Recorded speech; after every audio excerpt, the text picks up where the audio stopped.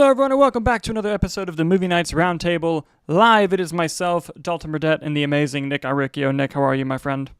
I'm good, buddy. Good. Glad to hear it as always. It is late as shit here on the East Coast, but we just got out of a screening for the movie Friendship with Tim Robinson and Paul Rudd. Be on the lookout for the review later this week on the channel. That'll be a lot of fun, but guys, we have so much to talk about. But before we do, a couple things of housekeeping. One, if you're new here, welcome. Thank you for being here. If you want to put a little thing in the live chat as we're going live, we can pop you up on the screen just like so, as I just did, and make you part of the conversation, have a lot of fun. That's what we love doing. We're going to be talking about a trailer that just dropped right before we went live. We're going to be talking about the Phase 5 of the MCU and ranking them in a tier list ourselves with a fun challenge that we'll get to in a second, and of course, the box office. So, with all that down, Nick, there's something we got to talk about right off the top. The trailer for Spider-Noir is here. It is finally here. Nick, I know you in particular have been beyond excited for Spider-Noir. Give me your thoughts when you saw that trailer, buddy. I mean, just out of nowhere, too. Was not expecting it on a random Monday, especially for a series that's coming out in 2026. So I don't know if maybe this was like a fun sort of tease of like, oh, production has wrapped, kind of thing on it. But we saw some set photos of Nick Cage a while back in set. The costume looked great. It looks great in the trailer. It looks like there's a lot of action going on, as it should be with a Spider-Man movie. But I love just the whole black and white aesthetic. I think they said that it's going to be set in the 1930s. And I think giving it that vibe, giving it that distinct tone, and having Nick Cage as your anchor for this show, I'm very excited for it, to be honest with you. I thought it looked great. No, I thought it looked great too. I thought it looked really well done. Just the overall tone, it looks like they nailed it. And it looks like there's actually going to be some pretty sick action sequences, which I wasn't really anticipating. So I think it looks great. There was gunfire. There was. Indeed, there was. And I wonder how much of the kind of self-awareness they're going to lean into, or if it's going to be more like a serious noir. But either way, I didn't know what to expect. I was pleasantly surprised by the trailer. It looks great. But again, it was weird that they put it so far out. Like, it doesn't come out till 2026. We're getting the trailer now. So I don't know what the marketing strategy behind that is. But hey, I'm not upset. I think it looks very cool. And I'm excited. For those of you that don't know, it is a new Amazon series. It's going to be live action with Nicolas Cage, once again playing the role of Spider-Man Noir. And it's going to be obviously not the same one from the Spider-Verse movies, but just a new version of that. Sony made a deal with Amazon to make this happen. Very cool. I'm interested. I'm looking forward to seeing what happens. But guys, what did you think of the Spider-Noir trailer? Let us know in the comments as we move on to our main topic. And guys, the time is finally here. So a couple things of housekeeping before we get into it. Phase 5 of the MCU. A couple episodes ago, I ranted that, we still don't know if Phase 5 has ended because the original announcement had Thunderbolts as the end of Phase 5, Fantastic Four is the beginning of Phase 6, but Fantastic Four now comes out just 2 months after Thunderbolts, so, are we really starting a new phase 2 months later? No one asked it on the press junket, which pissed me off, so until they tell us otherwise, Phase 5 is over. And watch, next week they're going to talk about how Fantastic Four is actually the end of Phase 5, and we have to do another damn list. That is going to be super fun. Really quick, I'm just pointing out The View with Drew in the chat saying, hey everyone, what's up? Hello. Thank you so much for being here. This is going to be fun. And yeah, so this is going to be awesome. And before we get into it, again, the only tier list we've done on the channel live is we did the Marvel Netflix shows. And that was a lot of fun, but we each did our own tier list. Well, this time, to make it an interesting challenge, we are going to go project by project in order of release and debate each other as to where they belong and get a unified list of just the Movie Knights rank together. This will lead to some arguments and some headaches, but at the end of the day, entertainment for you. So, Nick, without further ado, are you ready, my friend? Let's get it started with the kickoff of Phase 5, and that is Ant-Man and the Wasp: Quantumania. So as you know, what we have here is the tiers that we created based on the ones we did for the Netflix shows, which are God tier, fuck yeah, good, meh, and bad. So there you have it. And as you said, we are going to begin with Ant-Man and the Wasp: Quantumania, which is right here. my vote, Nicholas, is that this goes into the bad tier. Mm-hmm. And I'd be okay putting it in meh, because I don't think the movie, I don't think all of it is shit. Like, I think there are some things in the movie that work quite well, actually. Like, I don't hate this movie. It was just a big letdown. It was a big letdown in that nothing that they wanted to achieve with this movie was achieved. Jonathan Majors, controversy aside, his performance in the movie as Kang is fantastic. However, didn't lead to anywhere, and he was beaten by ants. And it was kind of just that letdown that I was saying earlier. And, it'll be interesting. But I think if you're introducing your big bad for the next phase, I don't think you let him get his ass handed to him by Ant-Man. Yeah. You don't kick off the phase with the villain losing. That's what I think. I think so too, and I think the way that the Kang character was handled in the Loki series was much better. But I'll tell you what, though, the MODOK joke worked for me. The MODOK joke was funny. I agree. I hate to say it, MODOK worked for me. So are you okay keeping it in bad, or do you want to move it to meh? No, I'm okay keeping it in bad, because I think that there's actually a lot more that I feel are definite mehs compared to this one. So I'm like, no, that can stay there for a bit. Okay, and who knows? Maybe at the end, when we put them in the order of the tiers, maybe it moves up. We'll see. But for now, we have Ant-Man and the Wasp: Quantumania in the bad tier. What came out next? What came out next after that is Guardians of the Galaxy Volume 3. Ooh, okay. This is when it gets interesting. Guardians of the Galaxy Volume 3. Call me crazy, Nicholas. I'm going to put this... Where's the damn poster? There it is. I'm going to put Guardians of the Galaxy 3 in the fuck yeah tier for now. Maybe it ends up in the God tier by the end, but I'm putting it in the fuck yeah tier. I'm perfectly fine putting this in God tier. Let me make this very clear. I kind of just put it in fuck yeah just to start a conversation. I'm God tier on that one. I think it's probably the strongest film out of Phase 5. Mm-hmm. Personally, or one of them at least. I think that James Gunn did a great job wrapping it up, and still being, coming out at a time when, you hear that superhero fatigue, the Marvel fatigue and everything like that, and to kind of reinforce why we love these movies, and to take the big sort of emotional swings that the movie was willing to take, and to put the characters in not all happy endings, but the endings that they needed. The ones that was right for the story. Mm-hmm. Exactly. Spoilers, I guess, but the fact that Peter and Gamora don't end up together, was perfect, and it's right there to tee up a re-love story again, and I thought it was just so well done. And just anchoring your film around Rocket, too. It all worked for me very well. And I don't think you're alone. I Am the Senate Productions, first of all, what a name, says it belongs in the first tier. So, you know what? I'm convinced for now. Let's put it in the God tier. Also, there is an argument for it being in the fuck yeah, because it is the first F-bomb in Marvel. You know what? That's fair. But... Or I should say a Marvel movie, I guess. In an MCU movie. We'll place this in the God tier for now. Again, these things could change. Also, I didn't mention at the top, we are not going to be doing any of the animated series, so no I Am Groot, no X-Men 97, no Spider-Man. The reason for that is just because, one, we haven't seen them all, although I have seen them all, but they're not really MCU other than I Am Groot, but those are kind of shorts. X-Men 97 and Spider-Man are in a separate universe. What If is all about separate universes, so we kind of just wanted to leave it to the live action ones for now, and so that's why you won't see them. However, X-Men 97 fucking rules, and I thought Spider-Man was quite good. Just throwing it out there. Morgan Bernard in the chat says Guardians top tier. We have more fans for Guardians top tier, which I'm fine with. I love that film. Let's put it in there for now. Nick, what came out next? Oh, probably going to be the easiest non-debate one of the whole evening, and that is Secret Invasion. Secret Invasion. I'm not going to say anything. I'm just going to do visuals here. Ready?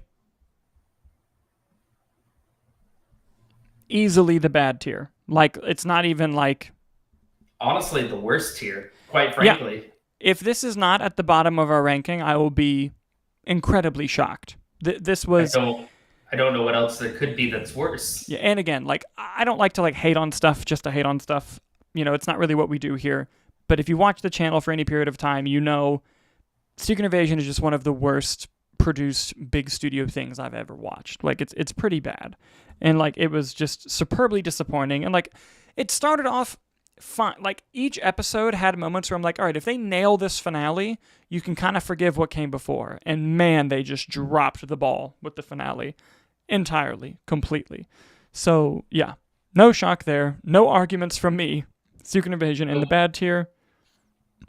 Full agreement as we move on to Loki Season 2. Oh, this is also an easy one. I'm just going to take this bitch right up to the God tier, if you don't mind. Quite literally. And yes, and I'm not gonna rank them within the tiers just yet. I'm just putting them in order. But Loki Season 2, easily God tier. This show fucking rules, dude. Like I've watched it multiple times. My only real complaint about Loki Season 2 is that it wasn't long enough. Like it was 6 episodes. And I wanted more. Exactly. And I think that while it handles the Kang storyline very well, and it ends in a way where this could be the end of the Kang storyline, you could tell this just was not supposed to be. And it's like, I wish that it could have continued. Now, like I said, it does end in a way where, like, I'm fine with the Kang story being ended with where they ended up, but I do wish, we could have seen how that was going to play out even more. But it's a beautiful piece of storytelling. Tom Hiddleston does a great job, and that finale episode is so good. So good. I love Loki Season 2. I think him and Owen Wilson's chemistry is fantastic. I think that it has one of the strongest supporting casts in all these MCU projects, quite frankly, and I think it immediately solidified why Benson and Moorhead were the correct choices for taking on Daredevil Born Again, which I know we'll get to in a bit, but I thought it was just a great piece of television, personally. Me as well. It was great. Sorry if you can hear my dog barking. You should stop any minute. But after Loki Season 2, what came next? Next up, we have The Marvels. Ooh, okay. Here's where I'm thinking about putting Marvels in the meh tier. I want your thoughts. Yeah, no, I fully agree with that. That was sort of what prevented me from putting Quantumania in the meh tier. Was like, I feel like The Marvels was a true meh. Yeah. Yeah, because like you can tell just so much happened, like meddling behind the scenes on that movie. There are whole sequences that feel like they're part of a different movie. There are scenes that were clearly reshot to like try to put something together. But it just became one of those things where whatever movie they set out to make was not the movie that came out. But with that being said, I had fun. I thought it was a fun movie. I thought that, especially coming off of Secret Invasion, like Sam Jackson was just so much better in this than he was in Secret Invasion. And the camaraderie and the chemistry between the three leads I thought was really strong. I love Iman Vellani as Kamala Khan. I like Brie Larson. I like Chana Paris. I like all of them. And so like I had a good time watching the movie. I just think it could have been a lot better than what we got is kind of where I'm at with the Marvels. No, I agree. I think there was a lot of good fun sequences. Like I do love the sequence with all the Flurkins eating the people. Yes. I thought comedically that worked really well. Nick Fury was just really being Sam Jackson. It was a more comedic turn from Nick Fury. And I thought Sam Jackson did a great. I love the scene when I think they're all falling and Captain Marvel just hits the ground and he goes, "Oh, it's just Carol." Yeah. And like it just cuts to a different scene. I love the Miss Marvel character. I really like Iman Vellani's portrayal. I think then with all those things, right, you get the musical planet, you get a really weak villain, in my opinion. So I think there were a lot of misdirection. We had pretty cool post-credit scene in that one. I won't lie. But that is just me being a Kelsey Grammer fan. No, it's not. It was an awesome post-credit scene, and I will defend the singing planet. I like the singing planet. I just think that the sequence lasted a bit too long. That's all. But if they had went longer, it would have been better. I think it was one of those where, like, if they just really the joke was about to become funny again. You think? I think so. Okay. That's fair. That's completely fair.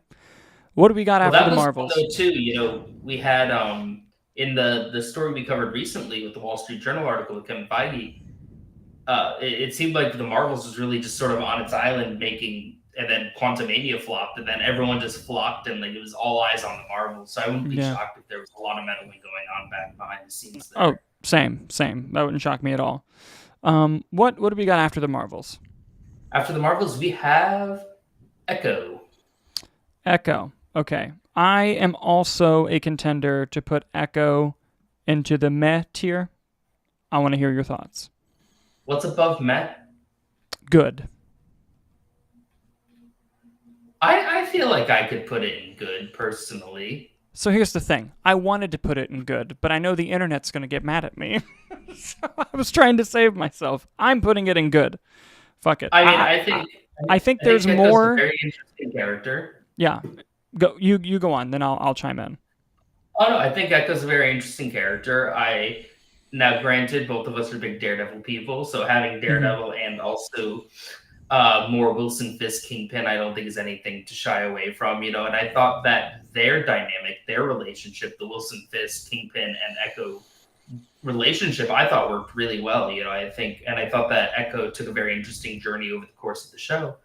And I was satisfied. It was 6 episodes. They all dropped on the same day. It was an easy watch. I had a good time. No grievances about it. For me, I agree with everything you said. It was the first TVMA thing they did. I thought the action was very well done. Mhm. The choreography was great. The only thing I don't like is I think there are a few things that were very cool conceptually that just didn't work in execution. Mostly in that, I really like the story of Echo kind of connecting to her ancestors and kind of gaining her powers in that way. Conceptually, it was very cool. And when we got to see flashbacks to her ancestors, I thought that worked. However, the way it came through in the finale, I think this did suffer from the finale being one of the weaker episodes of the show, and how it came to like the idea of her being the person she is, healing her aggressor, then trying to kill them is a great idea. I just thought the way that it played out was a bit silly, but I agree with everything you said, though. I thought it was very well done. Dude, the fight with her and Daredevil kicks fucking ass. That was a great fucking fight. And, I think the show deserves a little bit more credit than it gets, personally. What do we got after Echo? After Echo, we have, oh boy, Deadpool and Wolverine. Ooh, I'm going to put, and I want to hear your argument. I'm putting Deadpool and Wolverine in fuck yeah. I would agree. Because literally, I think, several yeah. times in the movie, I yelled, "Oh fuck yeah!"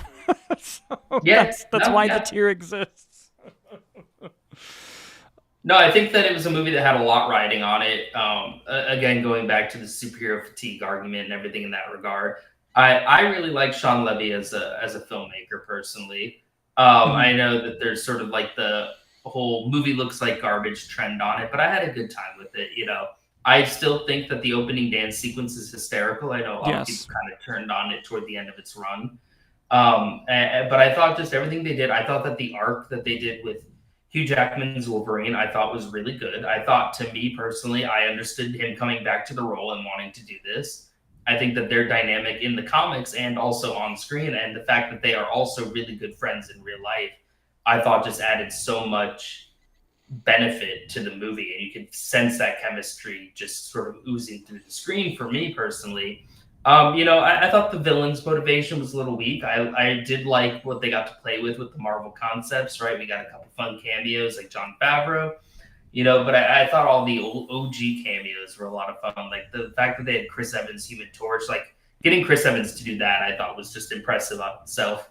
So, no, yeah, I think it was just a fun TVA time. It was just a solid finale to Deadpool, if you want to call it that. And I also like that they don't get stuck in the Marvel universe at the end. I do I like that too, they're still vibing. and I like kind of the ode to the Fox universe that it was. It really was a love letter in that way. And Mm. I thought the characters went on interesting journeys, but I also thought that the movie built up a lot of great moments, but that worked for the story they were telling. I have a couple grievances with the movie. I think some jokes don't land, and the whole thing with like the it's not the League of Deadpools. What is it? It's the I think it's um Deadpool Society? whatever it is, where there's so many fucking Deadpools. They The Deadpool Corps. Deadpool Core. Thank you. I thought that joke was a bit overplayed, and I thought the timing of where they came in didn't quite work. And Mm-hmm. I also thought that the big action scene with all of the Fox heroes and them at the end could have been better shot, better choreographed. But other than that, Yeah, I thoroughly enjoyed but Deadpool and Wolverine. But when I tell you, watching this movie and never in a million years expecting Wesley Snipes to Oh, walk out, yes, yes. like literally that whole sequence was just me to the point of it being in the point of this tier list was just going, fuck Exactly. yeah, fuck yeah, you know, like I thought that was all fun. Exactly. No, I agree 100%. What came out after Deadpool and Wolverine? Oh, after Deadpool and Wolverine, we have someone who's been messing up everything. That is Agatha all along. Let's debate. This one rides between good and fuck yeah for me. My vote personally is in the fuck yeah tier just because the second half of the show is so good and it recontextualizes the first half of the show in such a way where I audibly said, "Oh fuck yeah," when watching it. But was it enough to justify some of the grievances I have with the first half of the show to drop it into good? Maybe. Now, with Agatha All Along, the fact that the lowest it's going to go is in the good tier tells you that it's a pretty fucking good show. And where it really plays into his expectations as well, because I did not expect to like this show nearly as much as I did, and especially because of how great the second half is. So my vote is to put it in the fuck yeah tier. I'm okay with the good tier. Give me your thoughts. I think my vote would be good tier. You know, I have some grievances with the beginning episode. I love I thought the pilot was pretty good, but then I think that was a case where it ran too long, personally, for my taste. You know, I think some of the story arcs were interesting. You know, I really liked a lot of the other Coven people, and I felt like I was waiting more for them to get a lot more of their dues throughout it. But in terms of just what you're talking about, right toward the end, when the whole show just gets recontextualized, I thought that was fantastic. You know, Mm-hmm. As is the Patty Lupone episode. I thought that was Yes. probably my favorite episode of the whole series. And then you know, in the third, the finale, you kind of get the Marvel-y. Well, actually, it's the second to last episode. You get the Marvel-y CGI third act. But then the finale, I thought landed really well. But I think to me, the highs and the lows kind of average out to good for me. Well, I'm putting it in fuck yeah, and if I can get argued down to good when we do the rankings, I will do it. But I'm gonna take the privilege on this one. Fine by me. All right, what came out after Agatha All Along? Then we have Captain America: Brave New World. All right, I'm between meh and good on this one. What are your thoughts? I was gonna say good, honestly. All right, so We'll probably get some shit for it, but I overruled the last one, so I will give you good tier on this one. I will do it. Listen. It got a lot of shit. I enjoyed it. Yes, it doesn't look like a movie. Yes, it's ridiculous. It doesn't look like a movie. It's literally just green screen and reshoots, but you know, I had fun with it. I wish they did a lot more, especially now with the reports saying like, oh, Sam Wilson recruited his Avengers off screen. And it's like, oh, that would have been a neat concept for a movie. You know, but we have the return of God. I was gonna say any movie that brings back the leader is gonna get at least a kiss from me. You know, honestly, it was more of a Hulk sequel that had it going against it. I really liked Harrison Ford as Ross. Yes, we get the Hulk fight. Yes, it's only like 2 minutes. But, you know, I really like Sam Wilson as Captain America. I thought his dynamic and relationship with the new Falcon, I thought worked really well. And there's some lows, obviously. You know, I think some of the action sequences were a little hit or miss there. I thought Giancarlo Esposito was a wonderful addition. I thought their fights were like really intense, you know. And they brought back Tiamat. We had our first reference of adamantium. And as you said, and I think you can he's somewhere, right here is the leader Funko Pop. Yeah.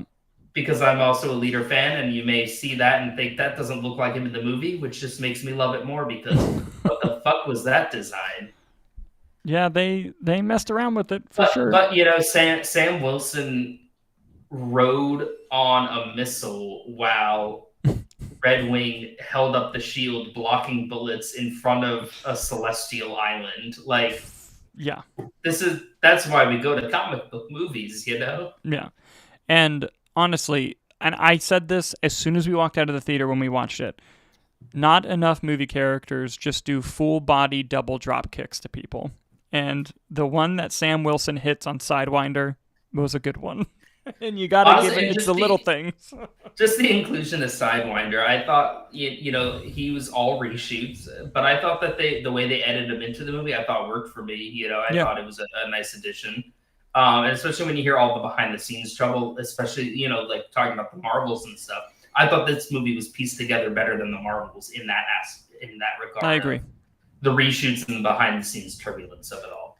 No, I agree. I agree with you for sure. For sure. Well, what came after Captain America Brave New World? That is Daredevil Born Again, and you can just put it right up there. Yep, right in the God tier. Thank you. I was not going to accept it in any other place. Now, I know that.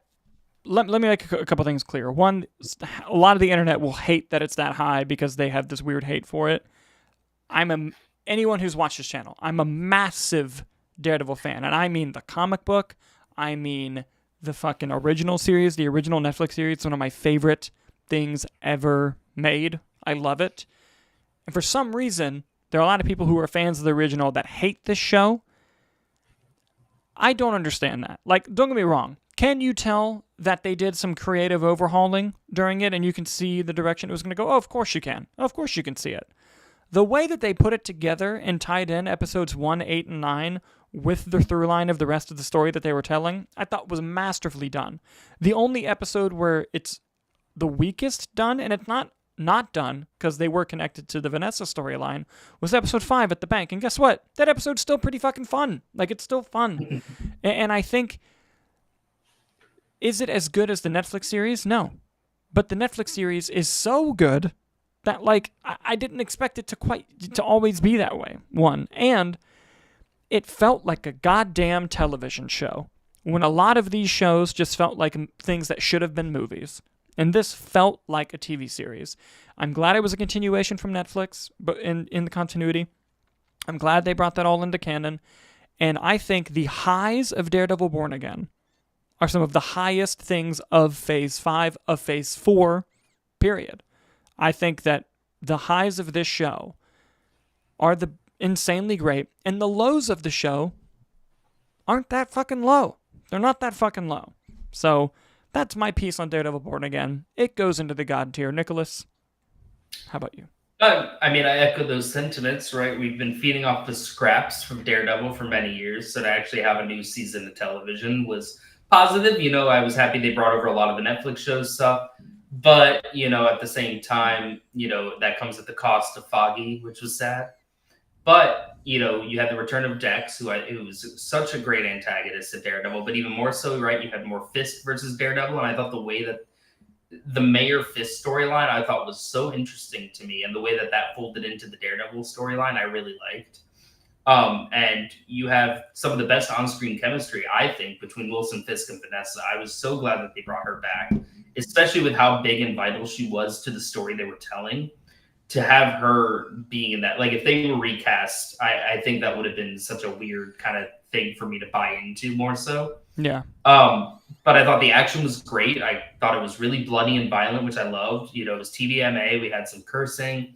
We had the return of Punisher, which was always exciting. Again, kind of echoing sentiments with Daredevil and Wolverine. I think that their chemistry is great, if not better. And it was just an all around good season of television for me, and I actively cannot wait for season 2. Oh, same. I cannot fucking wait for season 2. It's going to be so exciting. A couple things in the live chat really quick. Morgan Bernard says this was the best Daredevil season. Less Karen. Oh my gosh. Karen is one of the most divisive characters ever. I'm a fan, but I've seen so much sentiment online for anti-Karen, and I don't know about the best season of Daredevil, but I did really like it. And some that I missed, or one that I missed earlier, is The View with Drew at the beginning of the stream said, I dropped the channel sub. Thank you. Thank you very much for subscribing. We really appreciate it. And I believe there's just one more project, yes? Yes, there is, and that is Thunderbolts Asterisk. I mean, are we putting it in God? Yeah, I fully agree. Fuck yeah.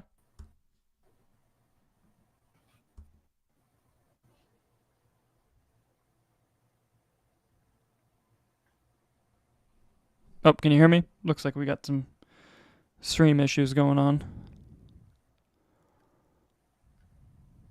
Hello. Can you hear me? Yep. Okay, sorry. Looks like we had some streaming issues going on, but yeah, I'm putting Thunderbolts in the fuck yeah tier. I thought this was a really exceptional movie. It doesn't quite hit the highs as Guardians and Loki and Daredevil, but it still has some pretty incredible highs. I thoroughly enjoyed it, and I've seen it twice now. I liked it even better the second time. I look forward to watching it even more. I'm a big Thunderbolts fan. How about you? Yeah, no, I was pleasantly surprised by it, right? Especially because it's sort of like it was kind of the Guardians effect, right? Where you're like, who are these characters? Why should I care about them? People, had reached out to me and were like, what project were these people in? I don't even know. So having to explain that and then getting texts after like, oh my God, I loved it. It was great. Just speaks to just how well the story was crafted, how the performances were, how it, we talked about Daredevil feeling like a TV show. This one actually kind of felt like a movie too. When I said, going back to Captain America Brave New World, but I think that it just proves when you center your story around character, I think it yields a lot of better results. And I'm excited to see them all again in Avengers Doomsday, because I know they were announced in the first wave of the cast there. And if you haven't already, if you want our full thoughts on it, because it is a newer one, we have both a spoiler and a non-spoiler review on the channel. Yes, please do check that out. All right, Nicholas, the last step. We got to rank them within the tiers. So let's start with the bad tier. In last place, we have Secret Invasion, and next we have Quantumania. I'm fine with that. I am fine with that. Yep. Secret Invasion is definitely the worst. Okay, great. Next, in the mad tier, there's only one. It's the Marvels. So we're going to move up to good, where we have Echo and Brave New World. Brave New World over Echo? These are pretty interchangeable to me, but I think maybe Brave New World just gets the slight edge. I would agree with that. Okay, we'll do that. If it allows me to. There we go. And fuck yeah, we have Deadpool, Wolverine, Agatha All Along, and Thunderbolts. I'd probably go, personally, I'd go Thunderbolts, Deadpool, Agatha. And Deadpool and Agatha are pretty interchangeable, but I think just the theatrical experience of Deadpool kind of puts it over the edge for me. Yeah, I would do Thunderbolts, Deadpool, Agatha. Okay. And in the God tier, this is when shit gets difficult. Man. Oh, man. Guardians, Loki, and Daredevil. All right, I'm gonna pitch one to you. You tell me, okay? Okay. I'm going Daredevil. Maybe my bias is showing, but that's fine. Daredevil, Loki, Guardians. Interesting, because I was gonna go Guardians, Daredevil, Loki. Wow. I'm a big Guardians 3 guy. I don't know. No, listen, it's a great film. I don't know if the highs are higher than Loki and Daredevil. How about would you be open to Daredevil, Guardians, Loki? We can debate it a little bit. I think that, Yeah, let's debate this last one for a minute. And if you're in the live chat, please give us your thoughts as to what we should do. So I'm okay. Here's the thing. I'm okay with Loki being number one over Daredevil. I don't know if I'm okay with Guardians being number one. But then, so you don't want Guardians to be 1 and you don't want Loki to be 3. Yes.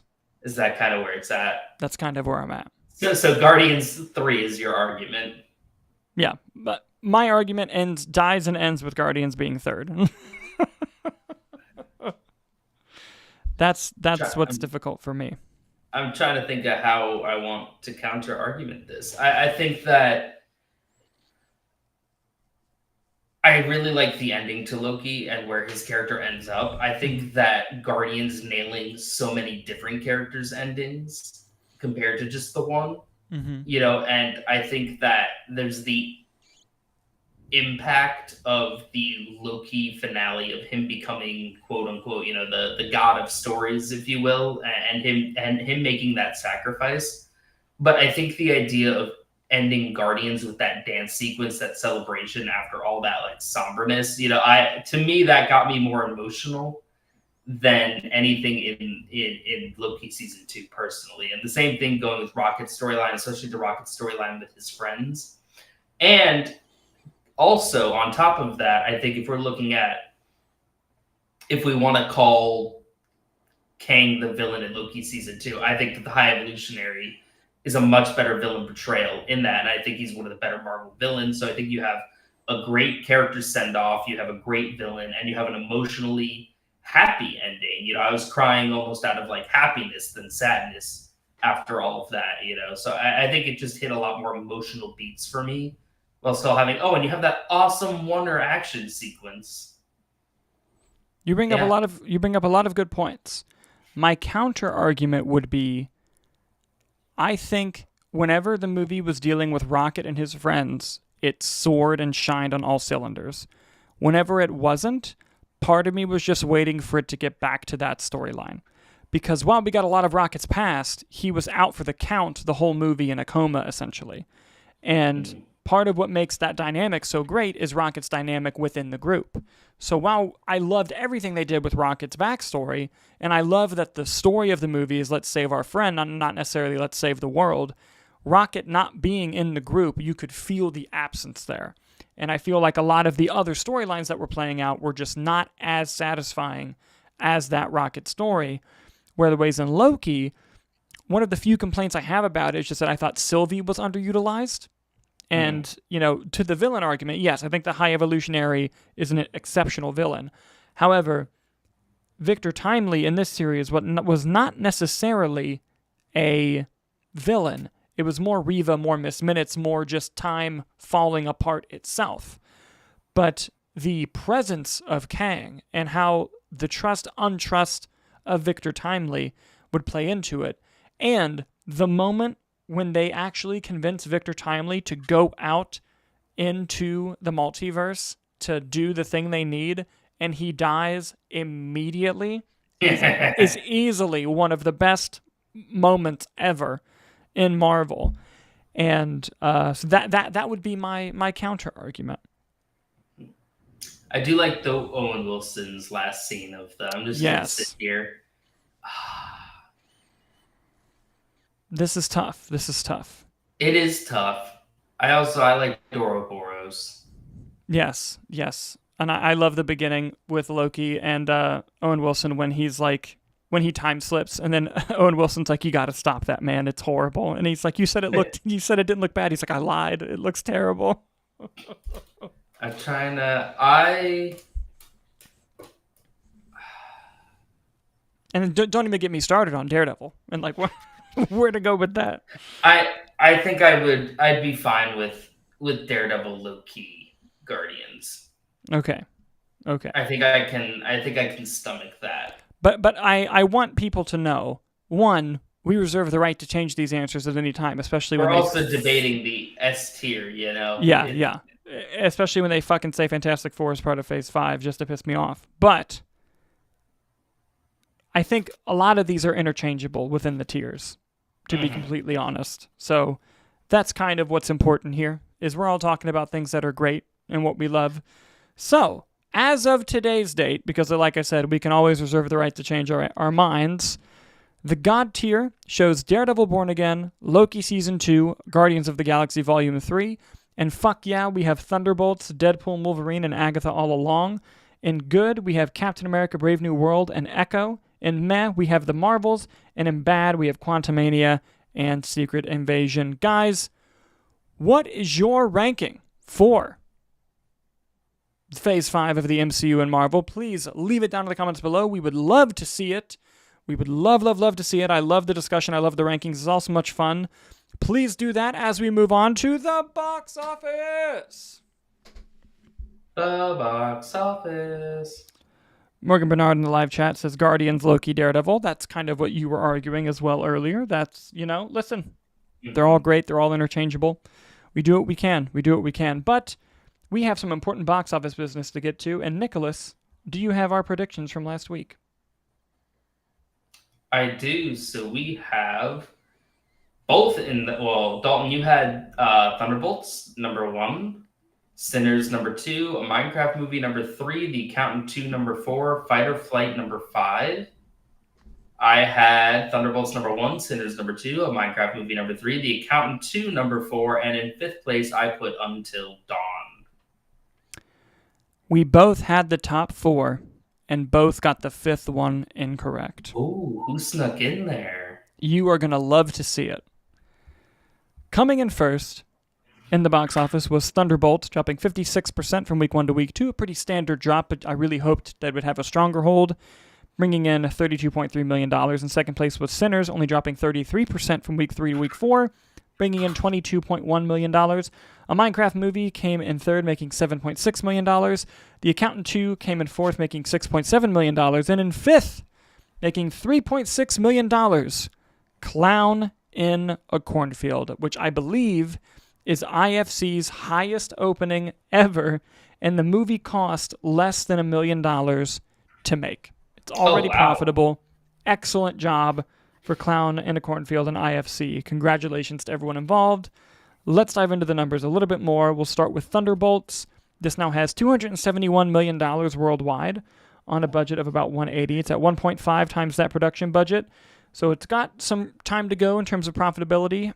Again, I wish that hold was stronger this weekend, because starting this weekend is when movies are going to really start ramping up for the summer. So, I really want to see Thunderbolts be successful, but we'll have to see how that goes. Sinners now has $283 million worldwide on a budget of $90. It's at 3.1. Profitable, baby. Profitable for Sinners, and this is the best movie of the year. So happy to see all the success it's having, especially for an original film. A Minecraft movie has crossed the $900 million mark. It's at $909 million worldwide on a budget of $150, 6.1 times that budget. I don't think it's quite going to make it to $1 billion, but this should count as a huge win in its own right. They should not be disappointed by this number. The Accountant 2 has $83 million worldwide on a budget of $80. God damn it. It's only at 1 times the budget back, a little bit over. It needs to make more to be successful. I don't think it'll be successful in theaters. I'm hoping that it can get some good numbers on PVOD and streaming. I love this movie. I love the first movie. I hope it does well, because I want a third Accountant movie. Clown in a Cornfield worldwide has $3.9 million. I don't have the exact production budget listed, but I saw in the trades that it was listed for less than $1 million, which is actually insane. So good for Clown in a Cornfield. One thing I did want to point out is that Shadow Force and Fight or Flight also came out. And let's see here. Shadow Force has $2.1 million worldwide. That is a shame. It likely cost more. And Fight or Flight has $2.3 million worldwide, which, again, is a shame because it also probably cost more. But one more thing I wanted to point out is Until Dawn has $44 million worldwide on a budget of $15, so it's at 3 times the budget. So Until Dawn made some profit. Good for David F. Sandberg. I know that they had some issues with that movie, but I'm glad to see that they could at least get something from it and not have to, abandon the idea entirely. Nicholas, with all this down, it is time to do predictions for next week. This is when shit gets interesting. You go first. I'm going first. Number 1 next weekend at the box office is going to be Final Destination Bloodlines. All right. What else comes out that weekend? I think Friendship. Does it open wide? I don't think it opens wide until the week after. Disney Springs had times listed, so I'm not sure. But I don't think Altamont did. Oh, no? Is that how that works? Yeah. Disney. It's Disney, so it gets some limited releases. Let's see. Limited on May 9th. Oh, no, wide on May 16th, wide. Really? The 16th being, Friday, wide release. Interesting. So I'm going to go Final Destination number 1. I'm going to go Thunderbolts number 2. Okay. Sinners number 3. A Minecraft movie number 4. Accountant 2 number 5. Ooh. All right, I'm gonna go Final Destination Bloodlines, Thunderbolts, Sinners, Minecraft movie. And you know what? We're gonna go for it. I'm gonna go Friendship. Yeah? I'm gonna go Friendship. Why not? Listen, I'd love to see it. I think it'd be very cool. I think it'd be very cool to see. But guys, if you have a prediction for the box office next week, please put it in the comments or the well, I can't keep track of the live chat actually, so just leave it in the comment after the video posts, and if you're right, we'll shout you out on the next week of the show, because the Friday show we don't do the box office. In the meantime, for the channel, we have some reviews coming out. Be on the lookout for our review of Doctor Who Season 2, Episode 5. Be on the lookout for our review of Friendship, which we have now watched. You can watch our spoiler discussion and our main review for Thunderbolts, as well as Andor Season 2. We did a full review of Andor Season 2 of the whole season before it dropped. Maybe we'll do a big spoiler review after the show wraps up sometime later next week, but, we'll have to see. Schedules are crazy right now. But we have a lot going on. We have a lot to do. We also are being a lot more active with clips on our social media, so please follow us on TikTok, Instagram, and, watch our YouTube shorts as we post them. Links to the TikTok and the Instagram are in the description below. Nick, do you have anything to add before we go? No, you crushed all that, man. Thank you. Thank you. Well, guys, as always, thank you so much for watching, and we'll see you on the next one.